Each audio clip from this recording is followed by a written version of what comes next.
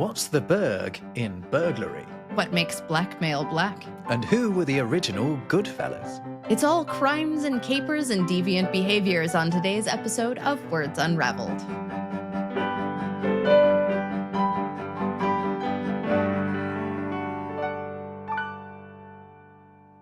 Welcome to another Words Unravelled. I'm Rob Watts from the YouTube channel Rob Words.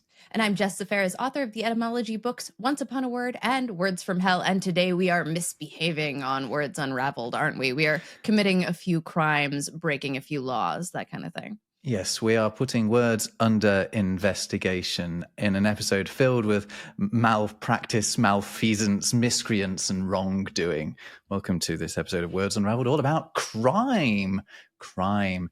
Right, let's start there, Jess, as we always try to do, with the origin of the word that is our theme. Where does the word crime come from? So the Proto-Indo-European root of this word means to sieve or to sieve, depending on your accent, so to speak. And the idea here is sort of like shaking out the idea of degrees of legality or morality. In 13th century English, crime was less legal and more religious, but those concepts, of course, have often been conflated. Crime could imply sinfulness rather than lawfulness until more recently. Right. But you do have to go really, really far back for it to mean anything other than just being naughty in one way or another. Right. So we get it from the Normans, don't we, when they set up their legal system, and we end up with all of these French words in English: justice, jury, judge. Much of our legal system is very romance, and all the words that come with it. Well, most of the words that come with it, and the other ones kind of stick out in a sore thummy kind of way, as we've discussed previously about words like manslaughter. Yeah, they hit really hard the Anglo-Saxon legal terms, don't they, when you actually hear them? They seem sort of brutal. Do you know what word we were using before we were using the French word crime for when someone broke the sort of the law or the accepted principles of society? What's that? Well, we used to call it an unright or an unrichter in Old English, which I like. But there's also another word, which is a witte, which is W-I-T-E, and that meant a crime as well. We have all sorts of words for behaving badly. We've got words like depravity, which means completely crooked, from a Latin word praevus, meaning crooked. We've got deviant, which this is one of my favorite roots of all time. Is it's the Latin via or via, meaning way or road, and it shows up in all kinds of words like obvious and impervious, which are like something obvious is immediately in your path. Something impervious has no way through it. And then deviant means straying off of the figurative moral path. Right. Yeah. A deviant is one who deviates, essentially, from their normal moral path. Right. And then we've got words like that are very straightforward, like misbehave. But have you ever considered like what behave means? I haven't. And now you mention it, I haven't got a clue. It is the word have there on the end, and it is the prefix be, which we've talked about is this massive workhorse. It can remove things like behead. It can make nouns into verbs implying doing terrible things to people, like in the word bedevil. It can be an intensifier in words like bethwack or betongue, which means to bethwack someone verbally. To betongue them. Yes, which sounds a lot naughtier today. Or maybe not a lot naughtier, but a different kind of naughty. The idea here in behave is that be is an intensifier, and it advances the meaning of have. So when you behave, you not only have yourself and your stuff together, so to speak, you really have your stuff together so that all of the people around you beholding your conduct are beguiled by just how unbalanced you aren't. So to misbehave is to not have your life in order, basically. I see. I found a couple of other old words for misbehavior as well, or for criminal behavior. Abusion is a good one. You could commit an abusion, or a misbode. A misbode. I like that one. Like forebode, right? Yeah, exactly. It's the same bode. Excellent. And that's related to words like bid and bade. And correct. Like We've been there before, haven't we? So let's get into some crimes, I think, because that's the real sort of meat and drink of this subject, isn't it? Where, I mean, you mentioned manslaughter already, because we talked about that in another recent episode, didn't we? And how it was different to murder. From what I remember you saying, murder implied malice more than manslaughter did. Hence, murder is the one that means premeditation, whereas manslaughter is the one that doesn't. We get this word from Old Norse. It has a cognate very similar in Old Norse. Morð meant a secret slaying, and it was a more heinous crime than the Old Norse vig, which related to regular old killing. Right. And word mord is, present in Germanic languages today to mean killing or death. And indeed, the Old English word murther, which is the precursor to murder, right? Absolutely. The Proto-Indo-European root here means to like rub away or to die. And it's also in words like mortal and morbid and mortuary and mortgage, literally a dead pledge. Not because you may pay a mortgage until you die, but because the deal dies when the property is paid off or when the payments can't be made and the property is seized.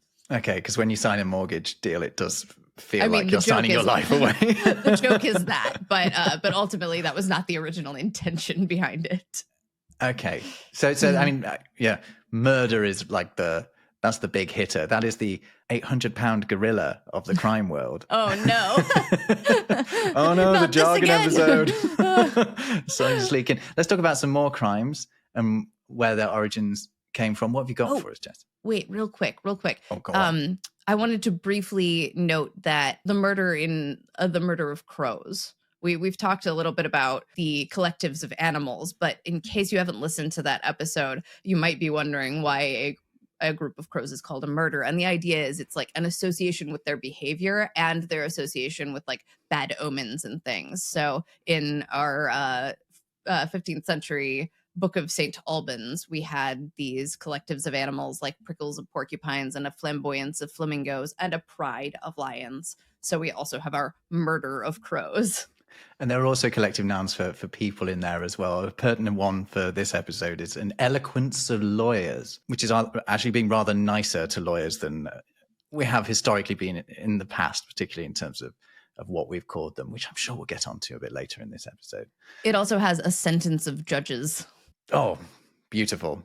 Beautiful. Sentence, that's an interesting one, by the way, just as an aside, because sentence is related to words like sentiment and sense and sensitive. It's the idea of having a feeling or an opinion. And, that is ultimately an opinion that's handed down by a judge. Is that it? Yeah. So I without having looked this up, my assumption was that it implied a finality in the same way that a sentence is a complete thought. Yeah, I don't think it is that from what I was reading about it. I believe you. Yeah, but it might be. Other words for killing things. We have a lot of words in English that end in cide, side, about 50 of them, in fact. And that includes words like decide, which means to like basically cut off an argument in order to come to a conclusion. But we also have unusual ones like tyrannicide, parricide, which is a general word for killing a parent without going with like patricide and matricide. There's also words like pulicide, which is killing a flea, and vaticide, which means to kill a prophet, and deicide, which means to kill a god, and then dozens and dozens in between. Yeah, and the ones we only hear about really are homicide and suicide. Regicide, to kill a king. Pertinent to our purposes is verbicide, which is the distortion of a word's meaning, essentially, to like make it meaningless, which happens a lot today because of like mis and disinformation. Right, the killing off of a word through misuse. And then linguicide, unfortunately, has happened a lot with like indigenous languages that have been killed through conquest and colonialism.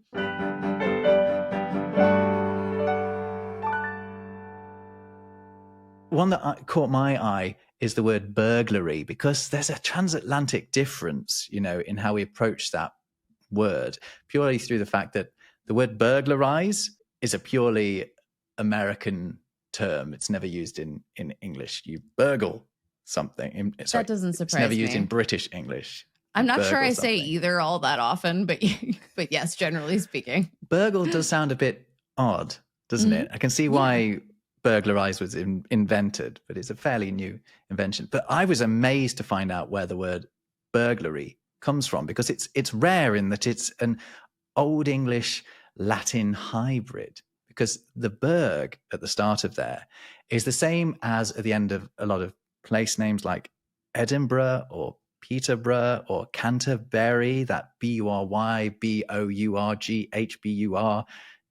because a burh was an Anglo-Saxon fortified settlement. It was a walled town, essentially. And the word that we were using before the Normans came for someone who was a burglar, what we'd call a burglar now, was a burr breaker, which was a Like fortification a burg breaker.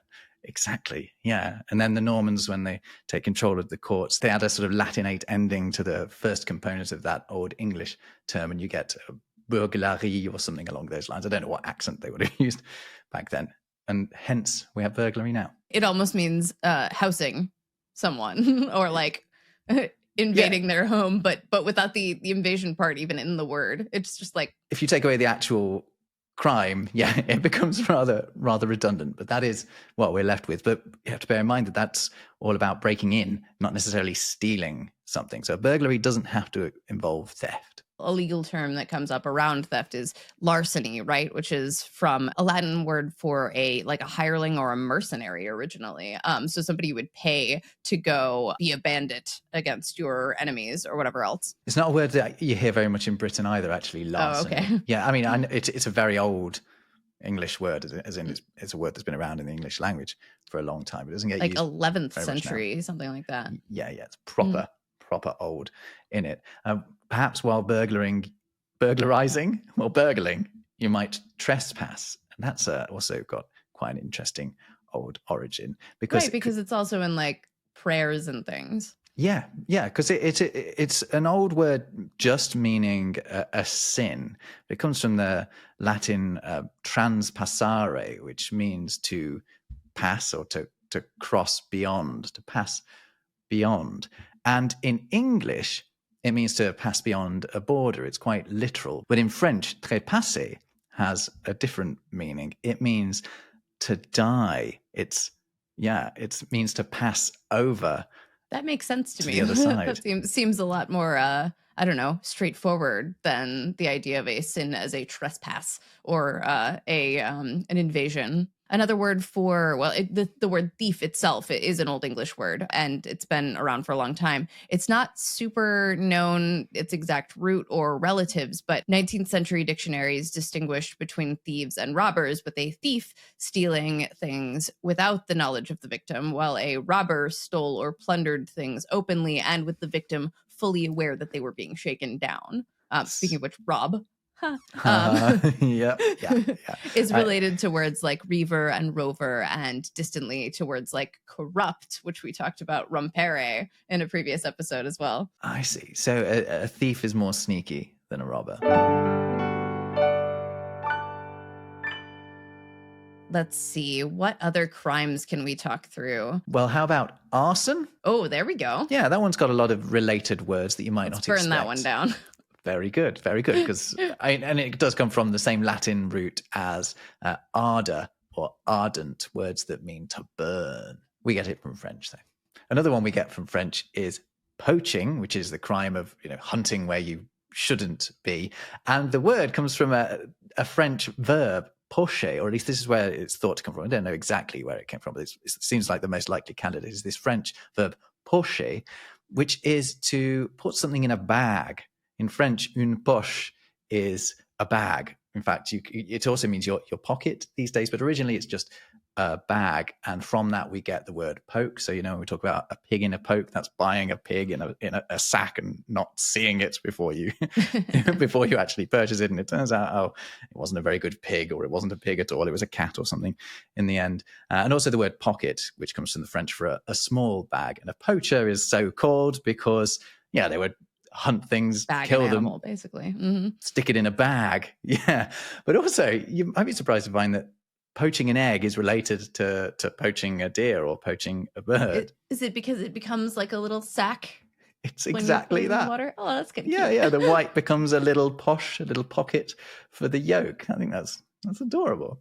Now, poaching was kind of romanticized in previous versions of history. It was kind of a way to stick it to people who would cordon off land for only certain like game purposes, which we've talked about, game being non-subsistence hunting and more fun hunting, and only higher and wealthier classes had access to that kind of hunting, where Robin Hood and whatnot would shoot deer in the King's Woods or whatever else. Now that we have people who are poaching like endangered animals, we definitely don't celebrate that in any capacity because it's threatening entire and beloved species. But good luck getting a white rhino in a bag, I'll tell you that. No kidding. It's not funny. A little funny. It's a little bit funny. Definitely a funny mental image. Let's see, another type of thieving, and this is one of my favorite ones because it's kind of adorable, is the word caper. And I guess this could be for any crime, but I usually associate it with like stealing jewels or something in an exciting film.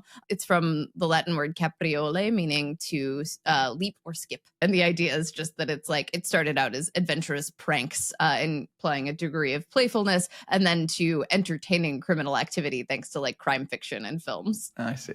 Just imagine people bounding around, pilfering things. Ooh, with their sack over the back. Yeah, with their swag bag over their shoulder. Yeah.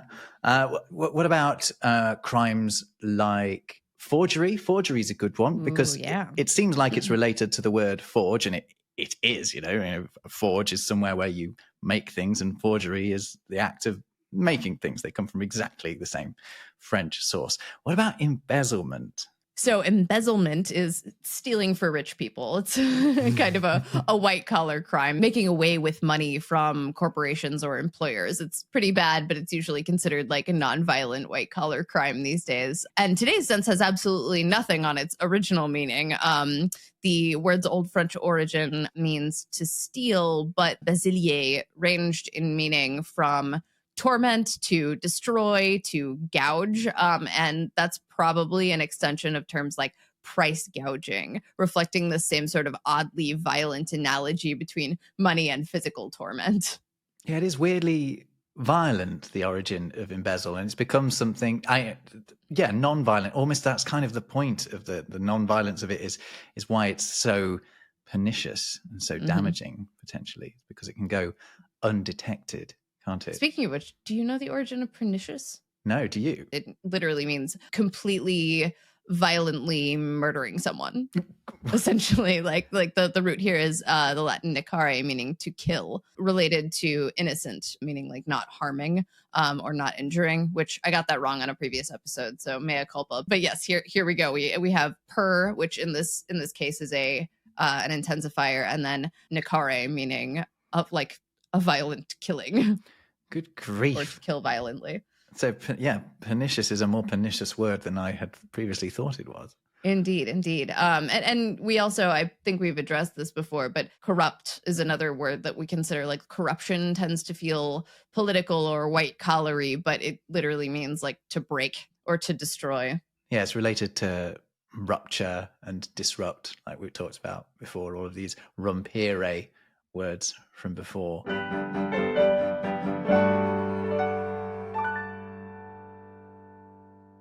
Another thing that tends to happen to people in higher ranking spaces is a scandal, right? And a scandal is literally a trap laid by an enemy for their opponent. It's a Greek word, basically, meaning like a stumbling block or a trap laid for an enemy. And it's ultimately from the same root as the word slander. Can you tell us a little bit about that one? Yes, slander comes from a French term, esclonder, which is Old French, which is exactly the same source as the word scandal as well. So scandal and slander, they're both getting at exactly the same thing. Scandal is directly from scandalon in Greek, and then slander came through French, basically, and so it got some extra syllables and elements to it. Even in Old French, it meant like an inflammatory or false statement. One of the first appearances of scandal in English is in the 13th century Guide for Anchoresses, with the spelling like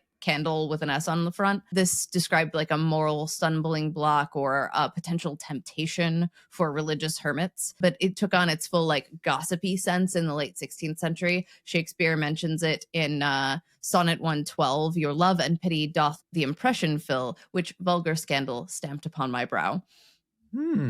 Scandalized. That sounds like the sort of word that Shakespeare would have invented, right? Just sticking the eyes on the end of a scandal and turning that noun into a verb. He's sort of alluding to an unknown bit of scandal that damaged his reputation in this sonnet. Another term we have that simply just means sort of bad speech in a similar way that scandal does is blasphemy, which means, proper religious crime. yeah, but it means, it's from the Greek for literally just sort of bad speech, villainous speech. But it has meant to speak against God, or it has meant to mean just saying anything that's blooming out of order. Right. In the past, yeah. Another one that I think has a pretty interesting origin and could perhaps be politically motivated, like some of these others, is sabotage, which has a lot more to do with shoes than you might expect. Yeah, I do know this one. Go for it. So it's from the French sabotage, which originally meant to like clumsily bungle something, but literally to walk noisily as if you are in like a clunky wooden shoe. There's a common sort of folk etymology that says sabotage first appeared in the French and English industrial revolutions and referred to the idea that during labor disputes, workers would throw shoes into the machinery as a form of rebellion. And it's entirely possible that this did happen. Sabotage seems to have already meant that before the Industrial Revolution. So when or to what extent shoes were used to sabotage is a little bit up for debate. Maybe that's how they got the idea. They thought, hey, maybe we could literally use our shoes to use our sabots to sabotage this thing. Right? The earlier meaning of sabotage is just like messing up or bungling something, like playing music badly. Right. Like sabotage the song. Sabotage by composition. Oh, I love it. Another one, Kidnap, is quite an interesting one. Yeah. Yeah, because it is what it sounds like, and it originally does just apply to abducting children, primarily for the purpose of forcing them into labor or into slavery, mainly on plantations in the Americas. And that nap bit is just related to the word nab. It just means, child snatching. Oh my goodness. Yeah, it's creepy. Another word, and I'll preface this by saying it's a bit of a sensitive topic, and I'm going to use a couple of words that might make a couple people uncomfortable, but that reminds me of the word rape, actually, because it also essentially means to snatch. It's related to words like rapid, ravine, rapt, rapacious, surreptitious, ravish, raptor, usurp, ravenous, and even, I mentioned rapture, but but the idea of the rapture is literally being snatched away to heaven, which I find incredibly alarming. Yeah, and doesn't sound like something I would want. And there's dinosaurs that have got raptor at the end. Like you mentioned raptors, one of these, it just means a type of thief. So you have an oviraptor, which is an egg thief. You have a velociraptor, which is a speedy thief. All of these words have something to do with like taking, snatching, digging into, like a ravine is like the earth that has been snatched away. If you are rapt, your attention has been captured. If you're ravenous, you are actually like a ravine. You're not like a raven. Yeah, because you could very easily be tempted to think that it's related to the word raven, and weirdly, it's not. Not at all. Curiously, there is one form of rape that isn't actually awful, and that's in the word rapeseed, which is the plant from which rapeseed oil or canola oil is derived. And here, it's unrelated to the plundery, snatchy, sexually terrible type, but instead gets its name from the Latin rapa, meaning turnip. Oh, okay. It's a type of, okay. Green-thumbed gardeners might even cultivate winter rape and summer rape, which both sound way worse than they are. Another one that's a little bit snatchy, but a lot less alarming to say out loud is the word heist, which I think I've addressed this before, but it's one of my favorites. It's basically a noun form of the word hoist. So to conduct a heist is much in the same way as thieves would like lift something out of your pockets. It's like hoisting something big and conducting a bigger theft or crime. Right. We have talked about it as being, holding something up. And also a lifter is an old fashioned word for a criminal. So when you talk about a shoplifter, to lift something is to steal it. And actually, I've got a whole list of old names for criminals. Thieves have been referred to as lime twigs, because a lime twig is what you used to use to catch a bird, right? Lime was this sort of sticky substance that we put on a twig, right? And the bird would land on it, and you would therefore ensnare the bird. And that became applied to thieves. It's not terribly nice, but true. They were called puggards, they were called gilt dubbers, they were called nimmers, because nim is the old English word for to take, isn't it? Nimman is the old verb that we had before take. When you say gilt dubbers, is that word gold, like gilded, or is it like guilt as an emotional guilt? No, it's spelt like gold or gilt or gild. So you're probably snatching gold or something is the idea. Yeah, exactly. It's actually quite specifically a lock picker, but I guess they're trying to get at something, aren't they? You could also be called a filch, a geech, a snammer, a tea leaf, which you sometimes still hear because it's Cockney rhyming slang for thief. And actually, my parents had a cat called Tea Leaf. Yeah. That's adorable. Yeah, that was cute. And a cloyer. I don't think I mentioned cloyer already, but here's a really interesting old word for a thief, and it's a good fellow. Oh, yeah. There's a whole movie about Goodfellas, yes, right? Indeed it is, yeah. But actually, the term good fellow goes back a very, very long way. And it's a reference to Robin Goodfellow, who was a mischievous forest sprite. Gets a mention in A Midsummer Night's Dream. That shrewd and knavish sprite called Robin Goodfellow. Yeah, so it's a 16th, 17th century term, Goodfellow. But, we have Goodfellas now. That's much more charming than the things that happen in that film. Charming is not a word I would use to describe it. Indeed. When you mentioned cloyer, is that related to the word cloying? Like something that's too sweet? I don't know. I would think so. I couldn't find an etymology for it. Is cloying something that's sweet? Okay, because I sort of imagine it as being sort of, I don't know, claggy. I'm just using other dialect words. This isn't but I think they probably all have to be related, right? Let's see. Okay, so yes, these words appear to be from a word meaning to grip or grasp. So yeah, that would make sense. Well, like and so to like something that cloys at you, kind of bothers you. And cloying can also imply like food being too much, Right. And I mentioned that word puggard. To pug at something is also to sort of to pull at it, to grasp at it. A couple of other old words for criminals more broadly was a wanderlud. And so you can explain this ARD ending, which you have done a lot in the past, but it essentially means someone who does something a lot, right? And it's a pejorative, but originally an intensifier. So like a braggart is someone who brags too much. A drunkard is someone who drinks too much. Right. Things like that. And a wanderlard, well, a wandel is an old Germanic word for a crime. It's in German, it was a vandal. Vandal. I've only just made that link. That makes sense. Is it also related to... Is that going to be a link? Because the Vandals were a group of people, weren't they? They weren't necessarily criminals. I wonder if that is a link. I'm not sure. But it's spelled with a W. Well, there is a relative here. It looks like all of them are related to words like wander. So the Vandals were people who were literally wanderers. And that word for crime is also to do with wandering, is it? That appears to be the case. The other, it is interesting that for much of history and even today, like there is an implication that wandering or someone who is a wanderer is a criminal.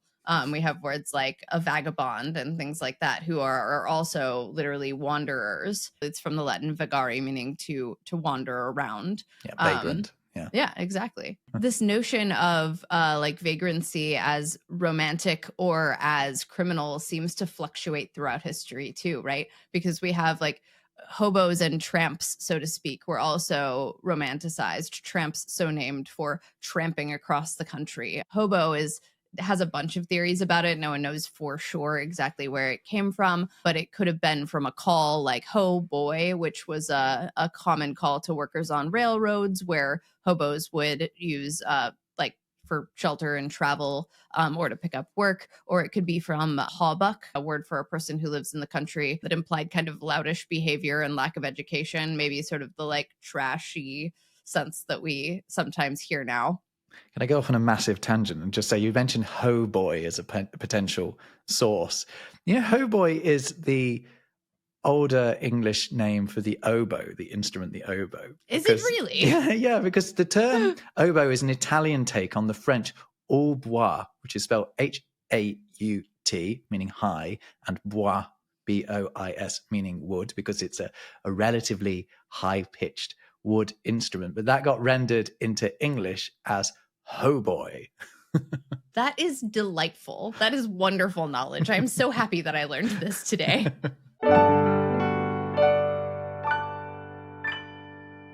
Felon's an interesting word. Again, it's one of those words that gets used a lot more in the US than it gets used in England. Like, we don't really talk about felonies all that much. You look excited, Jess. It's because it has kind of a potentially naughty connection here.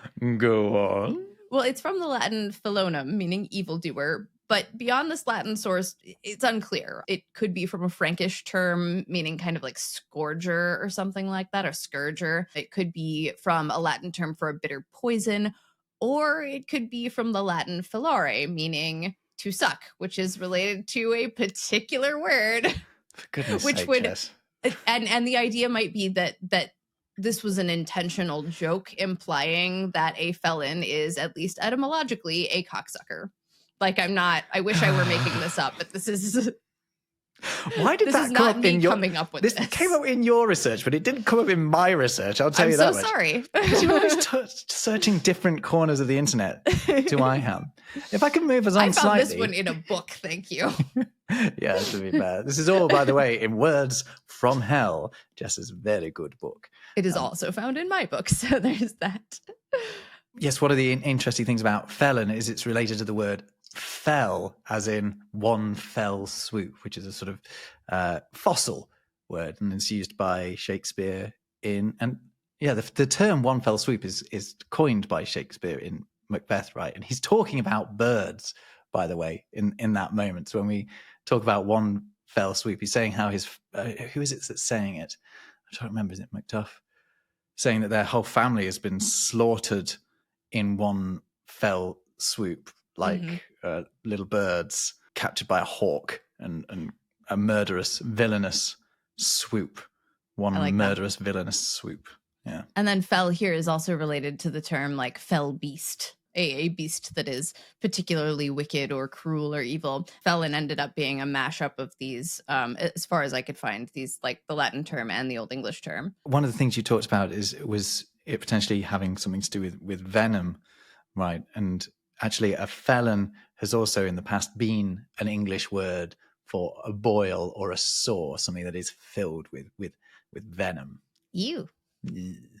Another semi-fossilized term that a felon might do is the term wreaking havoc, and wreak is the like semi-fossilized word here. You can wreak a lot of things like havoc and vengeance and ruin, so that's why I say semi-fossilized, but it is kind of used specifically in those contexts. Wreak is from an Old English word meaning to drive out or avenge. Curiously, it was only extended to the sense seen in the phrase wreak havoc, where it meant cause or inflict, starting the 1800s, thanks to Shelley, Percy Shelley in particular, who paired it with ruin. So with the if thou desirest will I seek, through their array of banded slaves to wreak ruin upon the tyrants. As far as havoc, that is not a fossil word. It was originally an Anglo-French war cry that gave soldiers the command to pillage a place, which is why Mark Antony, also in Shakespeare, says, cry havoc and let slip the dogs of war in Julius Caesar. That's right. Shakespeare's coming up a lot in all of this. All sorts of crimes happen in Shakespeare. Yeah, well, this is true. This is true.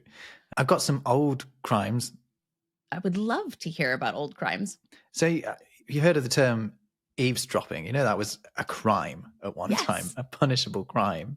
So it's a crime of lurking around at night, basically. And the name comes from the idea of someone lurking in the eaves. So that's underneath the edge of the roof of a house so that they can listen in to what's going on inside of the house. And the dropping idea, I think, is based around the idea that you're so close to the eaves that any water that's trickling off it, any rainwater or whatever, it's trickling onto you, it's dropping onto you, and you are an eavesdropper. And yeah, that was a punishable crime. One thing about eavesdrop is that it was originally a noun. The eavesdrop or eavesdrip was the area underneath the eaves that would allow you to remain concealed. And it would be where the water would drip off the edge of the eaves. So it was called the eavesdrop or eavesdrip because that's where the water dropped off.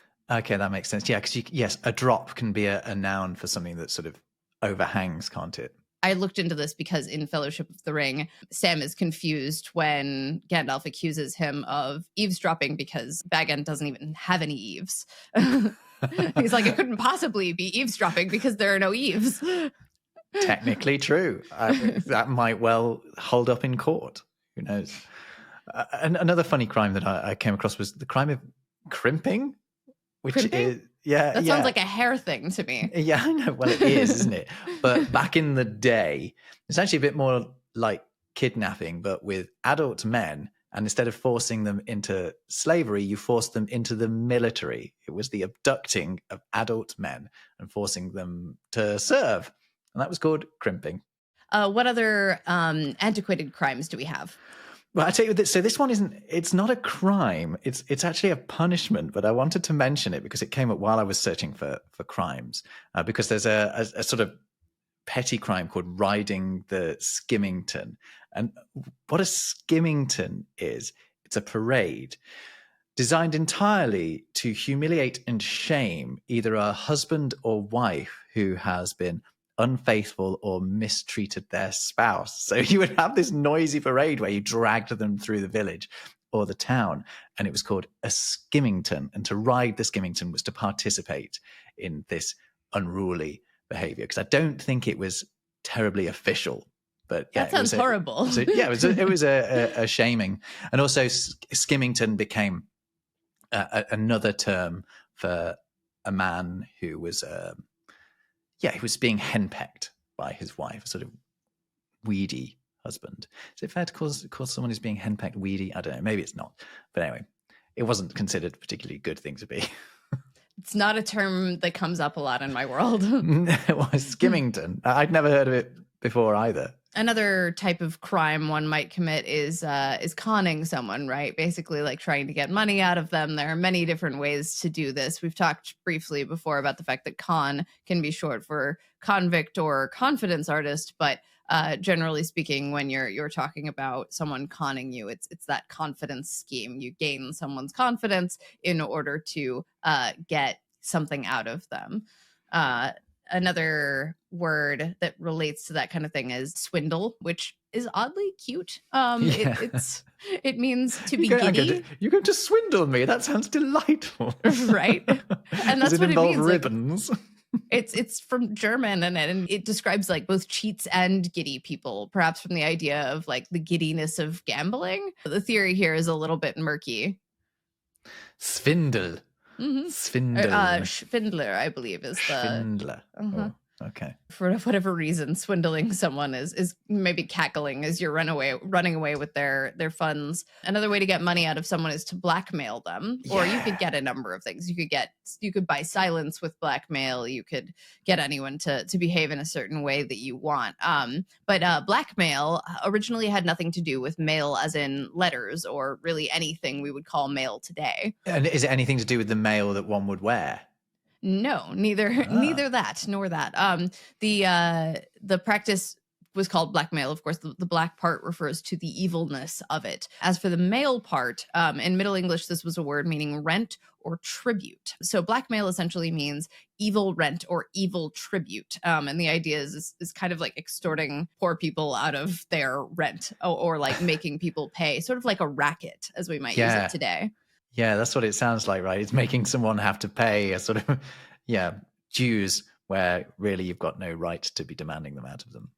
It is ultimately related to words like meet, as in to meet another person, and meal, implying like an appointed time before gathering and eating. The spelling probably evolved through folk etymology, perhaps associating extortion with like correspondence that's meant to intimidate or to exploit someone via a written agreement. Do you have extortion on your list of of crimes? This is another one of those like curiously violent ones. It means to like wrench or twist something out of someone. The tort here is from torquere, meaning to twist. Right, like distort, right? So Yeah. Oh, and talk. Okay, yeah, that Mhm. makes sense. It's Which is twisting. horrible. Yeah, to twist out of someone, to something out of someone. It implies like twisting somebody's arm behind their back almost.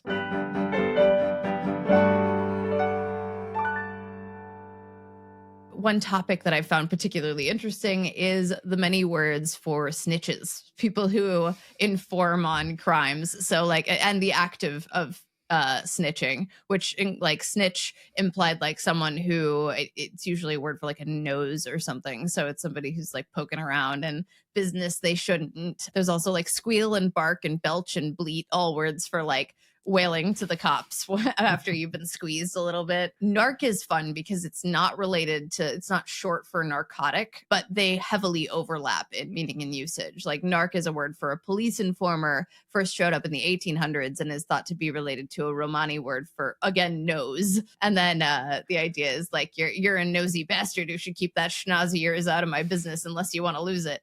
And then narc as in narcotics agent. Thanks to the context, its usage is also almost certainly influenced by the older term narc with a K and the snitch sense. I'm glad you mentioned narc, actually, because I've got that on a list I've got here of prison slang, Victorian prison slang that we still use today. And these are words that were invented in, not just in the Victorian era, but in the 18th and 19th centuries to be used in prisons, usually in London and the like, to not be understood by the prison guards. And yeah, narc is one of them, as you mentioned, for a policeman's spy. But also we sometimes use the word barmy to mean someone who's mad.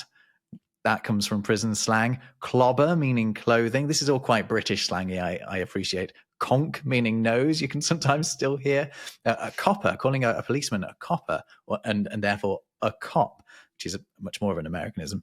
That comes from prison slang. In London, you've also got to DOS. Do you use the word DOS in the US at all? Is it related at all to the word dossier? No.